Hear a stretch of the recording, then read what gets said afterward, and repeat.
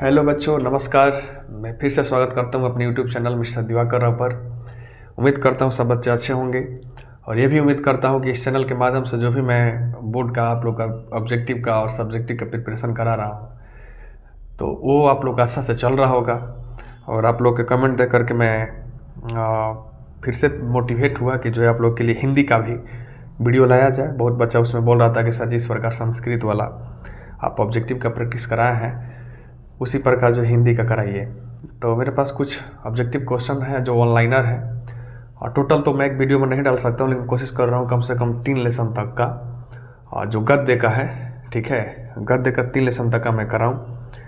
और आप लोग जो है सारा क्वेश्चन को मैं लिख नहीं सकता, आप जो वीडियो को बिना स्किप किए जो है सुनेंगे और सुनेंगे तो आपको जो ऑनलाइनर ऑब्जेक्टिव जो है याद हो जाएगा। और बहुत जो आप लोग को याद होगा, जो मैं क्वेश्चन बोलूँगा और वो आपको याद होगा, उसको आप कमेंट बॉक्स में जरूर आंसर लिखेंगे, क्योंकि लिखते टाइम जो है आपको ये रिवीजन हो जाएगा कि आपको याद होगा तो उसको आप लिख देंगे तो एक बार कंफर्म हो जाता है और ज़्यादा दिन तक टिकता है दिमाग में, ठीक है। तो पहला जो है लेसन है श्रम विभाजन और जाति प्रथा, जो कि निबंध है और इसके लेखक का नाम है, आप लोग को पता ही होगा, डॉक्टर भीमराव अम्बेडकर साहब, ठीक है। तो इन्होंने जो श्रम विभाजन और जाति प्रथा के बारे में बताया है, जो निबंध इन्होंने लिखा है उसके बारे में आप कुछ ऑब्जेक्टिव क्वेश्चन है, 15-20 क्वेश्चन होंगे, उसका आंसर आप लोग देंगे। तो समय को बिना बर्बाद करते हुए हम लोग शुरू करते हैं। आइए, पहला क्वेश्चन है कि श्रम विभाजन और जाति प्रथा पाठ के कौन सी विधा है। मतलब ये है कि पूछ रहा है कि श्रम विभाजन और जाति प्रथा जो है पाठ है ये किस फॉर्मेट में है। तो मैंने बताया ही ये फॉर्मेट जो है दिया गया है आपको निबंध का।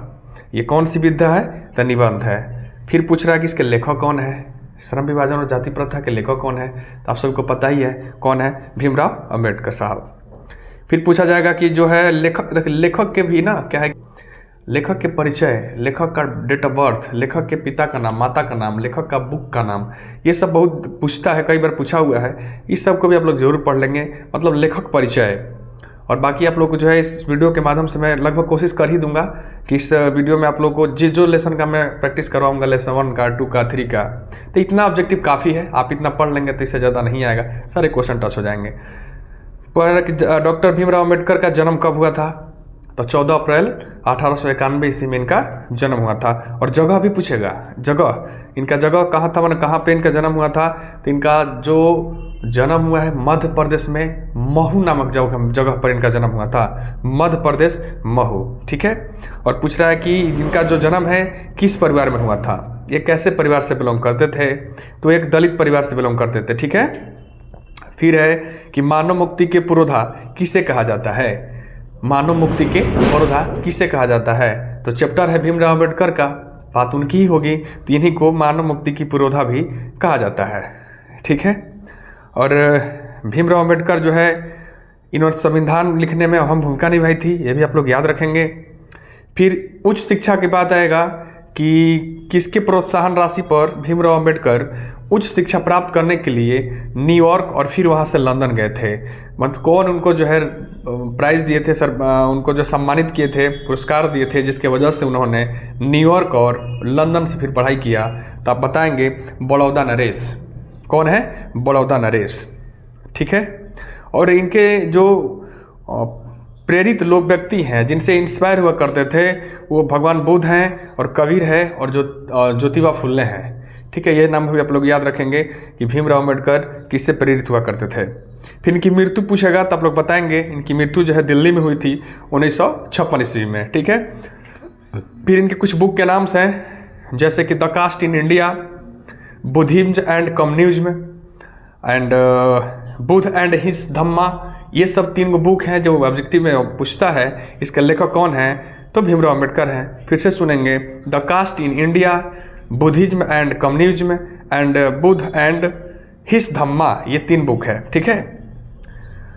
फिर पूछेगा कि बाबा साहब अम्बेडकर का संपूर्ण वाङ्मय कितने खंडों में प्रकाशित है। इनका वाङ्मय है कितने खंडों में प्रकाशित हुआ है, तब बताएंगे 21 खंडों में। कितने में, 21 खंडों में, ठीक है।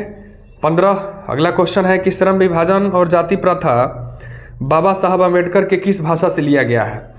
ये जो भाषण था, ठीक है ना, किस भाषण से ये लिया गया है, जो पाठ आप लोग को दिया हुआ है श्रम विभाजन और जाति प्रथा, तब बताएंगे एनिहिलेशन ऑफ कास्ट। इसका आंसर क्या होगा? Annihilation of caste. Comment box में सबको ये आंसर जरूर लिखेगा बच्चे, ठीक है। जिसको याद होगा वो लिखेगा, जिसको नहीं याद होगा वो क्वेश्चन सहित आंसर लिखेगा। वीडियो को पॉज करके आप लिख सकते हो या बाद में आप इसको लिख सकते हो रुक रुक करके, ठीक है, पॉज करके लिख सकते हो। बाबा साहब के विख्यात भाषण एनिहिलेशन ऑफ कास्ट की हिंदी रूपांतरण किसने किया था? जो एनिहिलेशन ऑफ कास्ट था, इनके भाषण था जो इस चैप्टर में दिया गया है, इसको हिंदी में रूपांतरण करने वाले कौन हैं? इनको हिंदी में रूपांतरित करने वाले ललई सिंह यादव हैं। कौन है? ललई सिंह यादव। फिर पूछेगा कि भारत में बेरोजगारी का मुख्य कारण क्या है? भारत में बेरोजगारी का मुख्य कारण क्या है? तो आंसर होगा जाति प्रथा एंड जाति प्रथा ही मुख्य कारण है, ठीक है, और श्रम विभाजन, जाति प्रथा और श्रम विभाजन। फिर इसमें पूछेगा बच्चे कि जाति प्रथा स्वाभाविक विभाजन नहीं है, क्यों? जाति प्रथा स्वाभाविक विभाजन नहीं है, क्यों? आंसर जरूर देंगे, ठीक है। रुचि पर आधारित नहीं होने के कारण जाति प्रथा इसलिए स्वाभाविक विभाजन नहीं है क्योंकि ये रुचि नहीं पूछता है। श्रम जाति प्रथा के नाम पे लोगों को काम जो बांट दिया जाता है, इसमें लोगों का इंटरेस्ट नहीं पूछा जाता है कि आप इसको मन से कर रहे हैं कि नहीं कर रहे हैं, आपकी इच्छा क्या है। केवल जाति के नाम पर श्रम बांट दिया जाता था, काम बांट दिया जाता था, इसलिए यह स्वाभाविक विभाजन नहीं है। स्वाभाविक विभाजन तब होता जब किसी व्यक्ति को काम बांटने से पहले उसकी भी इच्छा पूछी जाती कि आपकी इच्छा क्या है, तब जाकर के ये क्या हो जाता, उसके स्वाभाविक विभाजन कहा जा सकता था कि उसके मन के अनुसार ये हुआ है, ठीक है। फिर कहेगा कि आदर्श समाज स्वतंत्रता, समानता और भ्रातृत्व पर आधारित होगा, ये किसने कहा था? कि एक आइडियल समाज होने के लिए, आइडियल सोसाइटी होने के लिए हम लोग को स्वतंत्रता जरूरी है, समानता जरूरी है और भाईचारा जरूरी है, भ्रातृत्व जरूरी है। ये किसने कहा था? तो ये उन्होंने ही कहा था जो इस किताब के लेखक हैं डॉक्टर भीमराव अंबेडकर। कह रहे कि भारत में बेरोजगारी के एक प्रमुख प्रत्यक्ष कारण है। प्रत्यक्ष कारण क्या है? इसका आंसर तो मैंने तुरंत बताया, जाति प्रथा। फिर आधुनिक सभ्य समाज श्रम विभाजन को आवश्यक क्यों मानता है? जो मॉडर्न सोसाइटी है वो श्रम विभाजन को आवश्यक क्यों मानता है? तो कार्य कुशलता के लिए। लोगों का ये मानना था, जो आधुनिक सभ्य समाज के जो लोग हैं इनका मानना ये था कि अगर कोई नाई कास्ट का है तो दाढ़ी बाल जो अच्छा से बनाएगा, लोहार कास्ट का है तो लोहार का काम अच्छा से करेगा, है ना, जैसे बढ़ई का काम, लोहा का काम, है ना। तो लोगों को ये लगता था कि अगर वो उस कास्ट का है तो उस काम को अच्छे से करेगा, इसलिए वो लोग कार्य कुशलता के लिए इसको बांटे हुए थे और इसको अच्छा मानते थे कि अगर जो काम कर रहा है उस कास्ट का व्यक्ति करेगा तो शायद अच्छा काम करेगा। लेकिन ये गलत है, मेरे अकॉर्डिंग ये गलत है। भीमराव अम्बेडकर भी इसको गलत माने हुए हैं, लेकिन आधुनिक सभ्य समाज जो है इसको आवश्यक मानता था। भारतीय संविधान के निर्माता कौन है? भारतीय संविधान के निर्माता किनको माना जाता है? आप सबको पता ही है, वन एंड ओनली एक ही नाम ही आता है, भीमराव अंबेडकर। सच्चे लोकतंत्र में कैसी भाईचारा होना चाहिए? जो सच्चा लोकतंत्र है, भाईचारा कैसी होनी चाहिए? तो भाईचारा भैया दूध और पानी के मिश्रण जैसा होना चाहिए। एक सच्चे लोकतंत्र में दूध और पानी की तरह मिश्रण होना, दूध और पानी के मिश्रण जैसा भाईचारा होना चाहिए। जिस प्रकार दूध और पानी मिल जाता है तो पता नहीं चलता है कि दूध कौन है, पानी कौन है, ठीक उसी प्रकार इस समाज में भाईचारा ऐसी होनी चाहिए कि एक दूसरे से ऐसे मिलकर रहें जैसे कि किसी अन्य व्यक्ति आपको देखे तो पता ही ना पाए कि आप दोनों सगे भाई हैं, कि आप दोनों मित्र हैं, कि आप अलग कास्ट के हैं, कि आप अलग धर्म के हैं, अलग देश के हैं, अलग गांव के हैं। तो हमारी सभ्यता ऐसी होनी चाहिए। ये हमारा भारत हुआ करता था पहले, ठीक है। 20 के दांत, अगला लेसन क्या है? 20 के दांत। इसको जो है लिखने वाले कौन है? 20 के दांत लिखने वाले कौन है? कमेंट बॉक्स में आप लोग जरूर बताएं, मैं जानने की कोशिश करूंगा। इसका आंसर मैं नहीं दूंगा क्योंकि आप सभी जो है बुक पढ़े हुए हैं, तो आपका भी कुछ फर्ज बनता है कि आप आंसर खुद से दें। 20 के दांत कहानी के लेखक कौन है? आप सभी लोग इसको आंसर में बताएंगे, ठीक है। शायद आंसर लोग दे भी रहे हैं। 20 के दांत के लेखक हैं नलिन बिलोचन शर्मा। नलिन बिलोचन शर्मा, जिनका जन्म हुआ था पटना के बादलघाट, ठीक है, पटना के बादलघाट में। ये बिहार के ही रहने वाले हैं। इनका जन्म जो 18 फरवरी 1916 ईस्वी को हुआ था। इनका जन्म कब हुआ था? 18 फरवरी 1916 ईस्वी को। और इनकी पढ़ाई जो है, स्कूली पढ़ाई पटना कॉलेजिएट स्कूल से हुई थी। कहाँ से हुई थी? पटना कॉलेजिएट स्कूल से विश्वविद्यालय में इन्होंने संस्कृत और हिंदी से एमए किया था। और किस विद्यालय से किया था पूछेगा तो पटना विश्वविद्यालय से। कहाँ से किया था? पटना विश्वविद्यालय से किया था। ठीक है। और पूछा जाएगा कि साहित्य का इतिहास दर्शन किसकी रचना है? तो नलिन विलोचन शर्मा की है। 20 की दांत की कहानी जो है किस कहानी संग्रह से लिया गया है? तो 20 के दांत तथा अन्य कहानियाँ ये किस कहानी संग्रह से लिया गया है? इसका आंसर भी आप लोग देंगे, बिल्कुल आप लोग को बताया गया है परिचय में, पाठ परिचय में, इसका भी आंसर आप लोग देंगे। फिर पूछ रहा है कि 20 के दांत कहानी किसके अनेक अंतः विरोधियों को उजागर करता है? किसके अंतर विरोधियों को उजागर करता है, माने किस समाज के किस वर्ग को ये बताता है, प्रमोट करता है, किस वर्ग की कहानी है? तो ये मध्यम वर्ग की कहानी है। कैसे वर्ग की कहानी है? मध्यम वर्ग की कहानी है। फिर आप लोग बताएंगे बच्चे, ऐसे ही लड़के आगे चलकर चोर डाकू बनते हैं, ये किसने कहा था? ऐसे ही लड़के आगे चलकर चोर डाकू बनेंगे, किसने कहा था? तो ये सेन साहब ने कहा था। किसने कहा था? सेन साहब ने। और मदन के लिए क्या खाना बहुत मामूली बात थी। मदन जो है हर बार क्या खा लेता था आसानी से? वही खाता था जो आप लोग खाते हो, मतलब वो मार खाता था। ठीक है, मदन के लिए मार खाना बहुत मामूली बात हुआ करती थी। फिर पूछ रहा है कि सीमा, रजनी, आलो, शेफाली और आरती पांचों किसकी बहन थी? ये सब किसकी बहन थी? तो किनकी थी? जो इस चैप्टर के हीरो हैं खोखा भैया, खोखा की लोग बहन थी। खोखा का दांत किसने तोड़ा था? तो मदन ने मारकर उसका दांत तोड़ दिया था। सेन साहब की आंखों का तारा कौन था? तो खोखा था। किसके अनुसार सेनों का सिद्धांतों को भी बदल दिया था? किसके अनुसार सेनों ने सिद्धांतों को भी बदल दिया था? तो खोखा के अनुसार। खोखा के अनुसार जो है उन्होंने सिद्धांतों को भी बदल दिया था। बंगले के पिल्ले और गली के कुत्ते की लड़ाई किस कहानी में दर्शाया गया है? तो 20 के दांत में। बंगले के पिल्ले और गली के कुत्ते की लड़ाई किस कहानी में दर्शाया गया है? तो 20 के दांत में। फिर पूछेगा कि सेन साहब के ड्राइवर को किसने धक्का दिया था?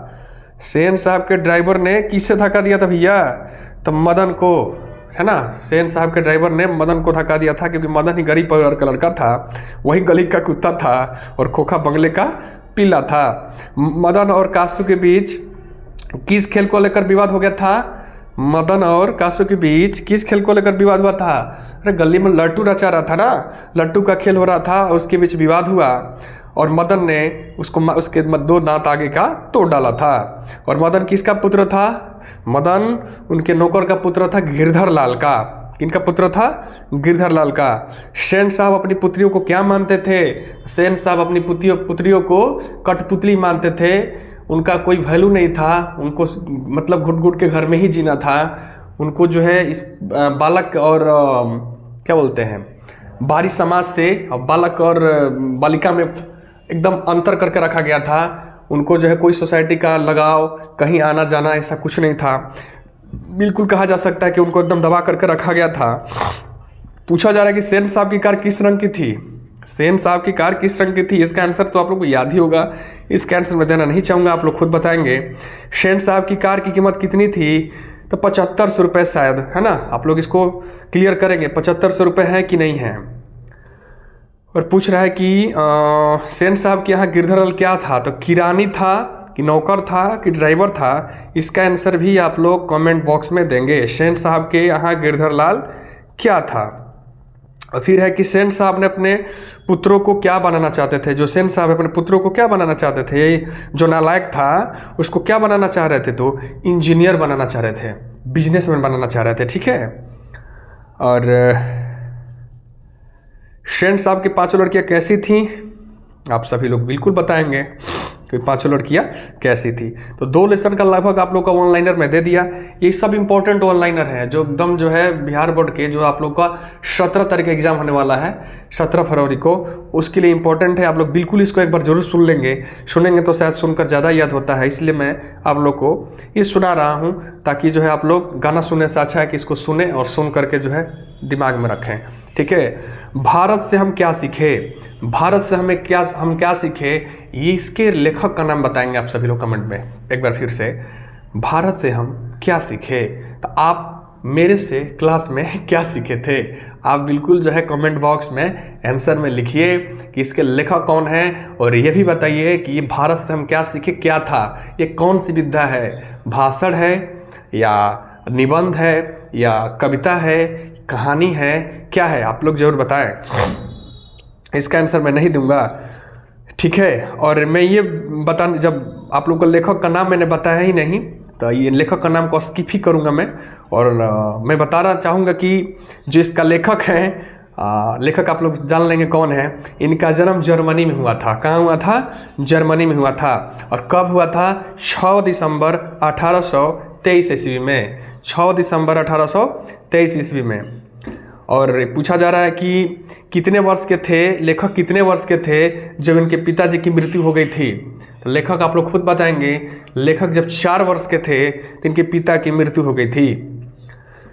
और अब तो आंसर आप लोग दे ही चुके हैं। मैक्स मुलर के पिता का नाम विल्हेम मुलर था। मैक्स मुलर के पिता का नाम, मैक्स मुलर कौन है? तो इस कहानी के लेखक हैं, एक भाषण का लेखक हैं मैक्स मुलर। भारत से हम क्या सीखे जो पाठ हम लोग पढ़ रहे हैं वो एक भाषण है, और उसके लेखक का नाम है मैक्स मुलर, और इनके पिता का नाम विल्हेम मुलर था। क्वेश्चन ये है कि लेखक ने किस देश को सर्वाधिक संपदा से परिपूर्ण बताया है? लेखक कौन सी देश को संपदा से परिपूर्ण बताया है? तो जब चैप्टर ए का नाम है भारत से हम क्या सीखे, तो जाहिर सी बात है वो देश कौन होगा? भारत होगा। मैक्स मुलर ने किस आयु में लिप्जिंग विश्वविद्यालय में संस्कृत भाषा में अपना अध्ययन आरंभ किया था? तो जब ये 18 वर्ष के थे, मैक्स मुलर साहब जब 18 वर्ष के थे तो लिप्जिंग विश्वविद्यालय में संस्कृत भाषा में अपना अध्ययन आरंभ किया था। और यह है कि कठ और केन आदि उपनिषदों का जर्मन भाषा में अनुवाद किसने किया था? कठ और केन उपनिषदों का जर्मन भाषा में अनुवाद किसने किया था? तो मैक्स मुलर ने। किसने किया था? मैक्स मुलर ने। फिर कह रहा कि मेघदूत का जर्मन भाषा में अनुवाद किसने किया था? मेघदूत का जर्मन भाषा में अनुवाद किसने किया था? तो मैक्स मुलर ने। स्वामी विवेकानंद ने किसे वेदांतियों का भी वेदांती कहा? ये बहुत इंपॉर्टेंट क्वेश्चन है बालक, ठीक है, फिर से सुनेंगे आप लोग। विवेकानंद ने वेदांतियों का वेदांती भी कहा है ना? किसको? तो मैक्स मुलर को। किसको? शायद ये क्वेश्चन ऐसे तो नहीं है कि स्वामी विवेकानंद को इन्होंने वेदांतियों का वेदांती कहा है। हमको तो लग रहा है कि शायद मैक्स मुलर ने स्वामी विवेकानंद को वेदांतियों का वेदांती कहा। इसका आंसर आप लोग थोड़ा बच्चे बताएंगे। ये जो है मेरे पीडीएफ में थोड़ा सा मिस्टेक लग रहा है शायद। आप लोग इसको कंफर्म करें, जल्दी कमेंट बॉक्स में कंफर्म करें। शायद मैक्स मुलर ने कहा था, ठीक है ना, सॉरी, मैक्स मुलर ने किसे वेदांतियों का भी वेदांती कहा? मैक्स मुलर ने किसे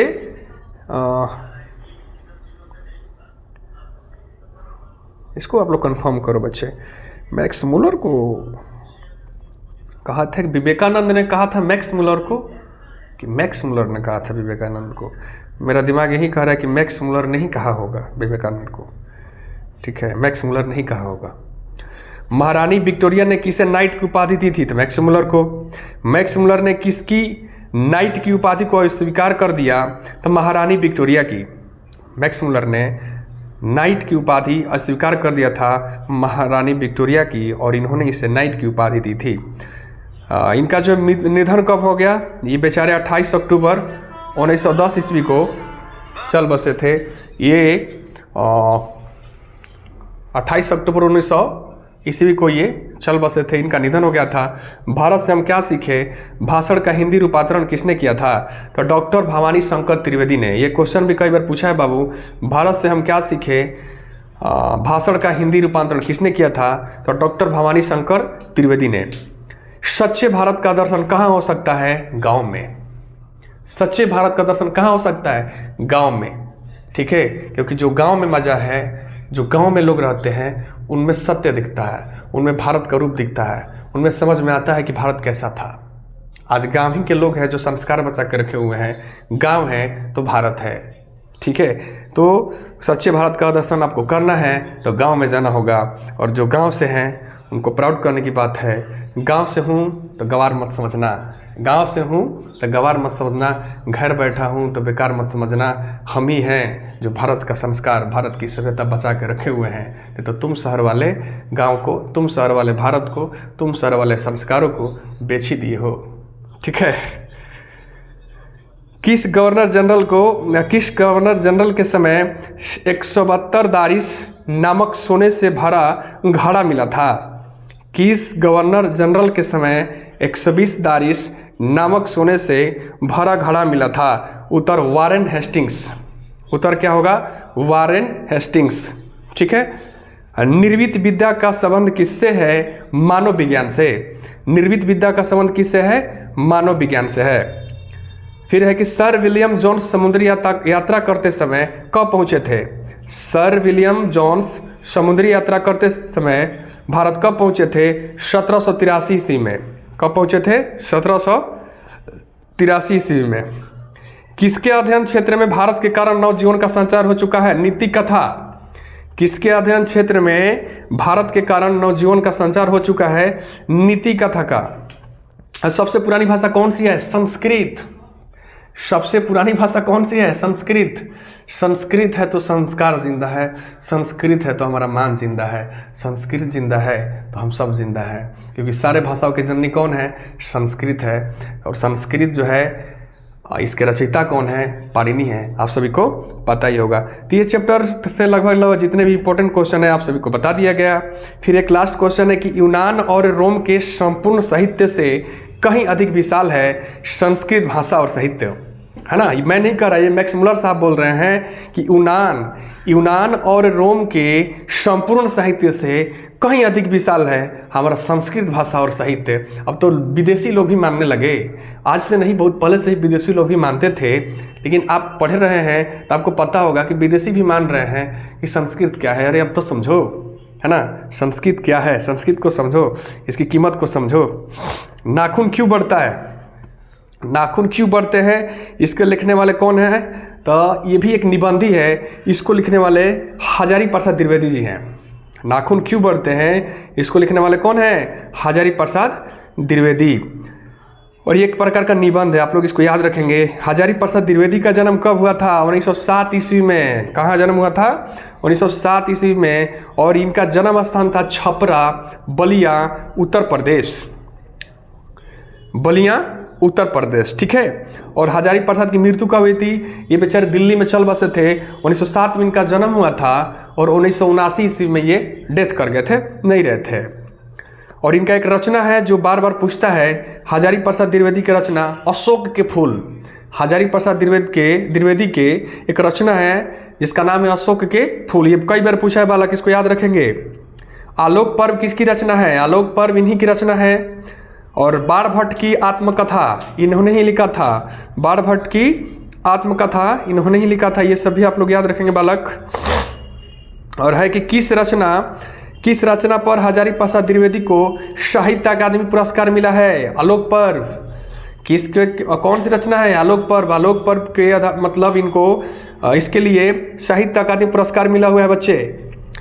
और नाखून जब बढ़ते हैं तो हमें किसका याद दिलाते हैं? हमारे पार्श्ववृत्ति को बताते हैं, पशुता को बताते हैं कि नाखून बढ़ते हैं तो पता चलता है कि हे मनुष्य, तुम अलग नहीं हो, तुम भी एक जानवर के समान हो। जिस प्रकार जानवरों के नाखून बढ़ते हैं, नाखून बड़े बड़े होते हैं, हम लोग का भी नाखून बड़ा बड़ा था, हम लोग भी एक जानवर की तरह थे। तो ये हम लोग जो है अपने नए मॉडर्न युग में नाखून काट कर के ये प्रूफ कर रहे हैं कि नहीं, मैं अलग हो गया, मैं जानवर नहीं रहा। लेकिन नाखून बार बार बढ़ करके ये प्रूफ करता है कि नहीं रे, तू भी एक पशु ही है।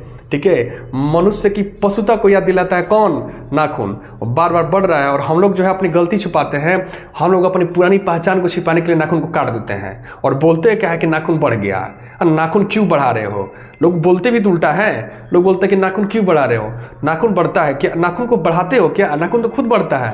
नाखून बार बार बढ़ करके आपको बता रहा है कि तुम पशु थे, तुम्हारी औकात क्या थी, तुम्हारी असलियत क्या है। और हम लोग क्या करते हैं? नाखून को काट देते हैं। बाल बढ़ना, नाखून बढ़ना, ये पहचान है कि इस पे आपका हक नहीं है, ये प्राकृतिक चीज़ें हैं। बाल कोई बढ़ाता नहीं है, बाल बढ़ जाता है, हम लोग उसको काटते हैं। आप किसी से ये बोले कि बाल क्यों काट रहे हो, नाखून क्यों काट रहे हो, ये नहीं बोलना है कि बाल क्यों बढ़ा रहे हो, नाखून क्यों बढ़ा रहे हो, क्योंकि बाल बढ़ाना नाखून बढ़ाना आपके पास की बात थोड़ी है, वो तो बढ़ेगा ही, वो नेचुरल चीज़ें हैं। नाखून क्यों बढ़ते हैं, ये प्रश्न है लेखक से। लेखक से किसने पूछा था?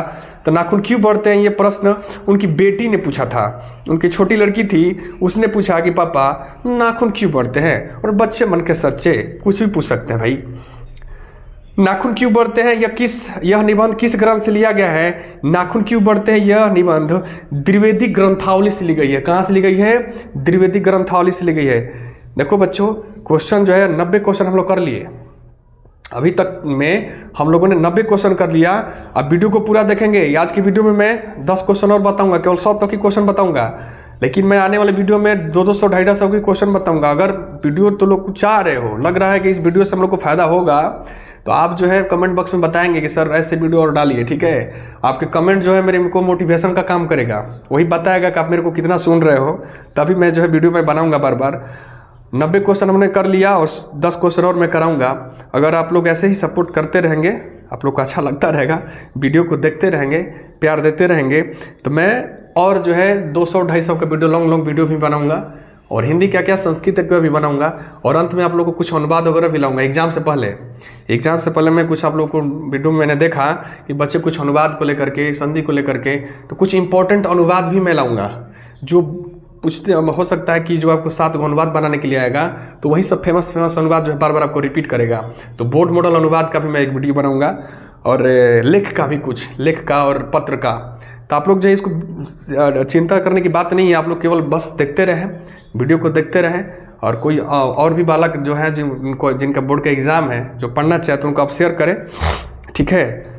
और अगला क्वेश्चन है कि नाखून क्यों पुराने का मोह सब समय वांछनीय ही नहीं होता, यह पंक्ति किस शीर्षक पाठ से है?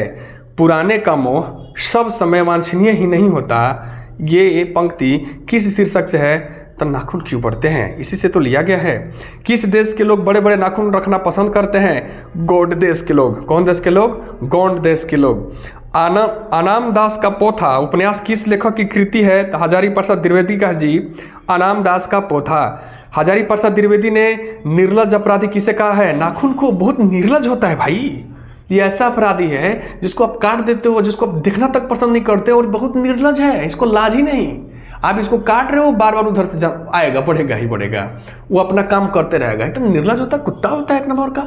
आप उसको काट रहे हो जैसे कुत्ते को लात मार के भगाते रहो, और बार बार आएंगे। कुछ लोग ऐसे होते भी हैं, है ना, जिनको बार बार लतकारा जाए, दुलार मतलब कि इग्नोर मारा जाए, भगाया जाए, लेकिन फिर भी जो है कुत्ते की पूंछ की तरह उधर फिर हिलाते आ ही जाते हैं, ठीक है। तो आप लोग को मैं नहीं बोल रहा हूँ, आप लोग ऐसा नहीं बनना, ठीक ना। क्या है कि नाखून को ही इन्होंने कहा है कि क्या है, ये निर्लज अपराधी है जो बार बार काटे जाने पे बढ़ता ही जा रहा है। दधीची मुनि की हड्डी इससे क्या बना है? इंद्र का ब्रज। दधीची जो ऋषि थे, मुनि थे, उनके हड्डी से क्या बना है? इंद्र का ब्रज। और इंद्र का ब्रज फिर पूछेगा किसके हड्डी से बना है?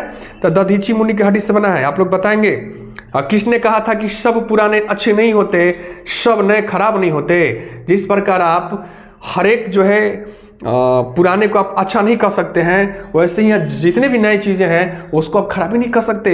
इस बात को कहने वाले अच्छे इंसान का नाम है कालिदास। कालिदास, इनके पर संस्कृत में अनुवाद भी पूछता है, कालिदास कवियों में श्रेष्ठ थे। और आपको मैं ये बता रहा हूँ कालिदास कवियों में क्यों श्रेष्ठ थे। कालिदास नहीं कहा था कि सब पुराने अच्छे नहीं होते, इसलिए सब नए भी खराब नहीं होते। जिस प्रकार लोग बोलते हैं ना, जैसे मैं बोलता हूँ ना कि जितने भी पुरानी चीज़ें सब हम लोग के लिए क्या बोलता अच्छा ही थी, है ना।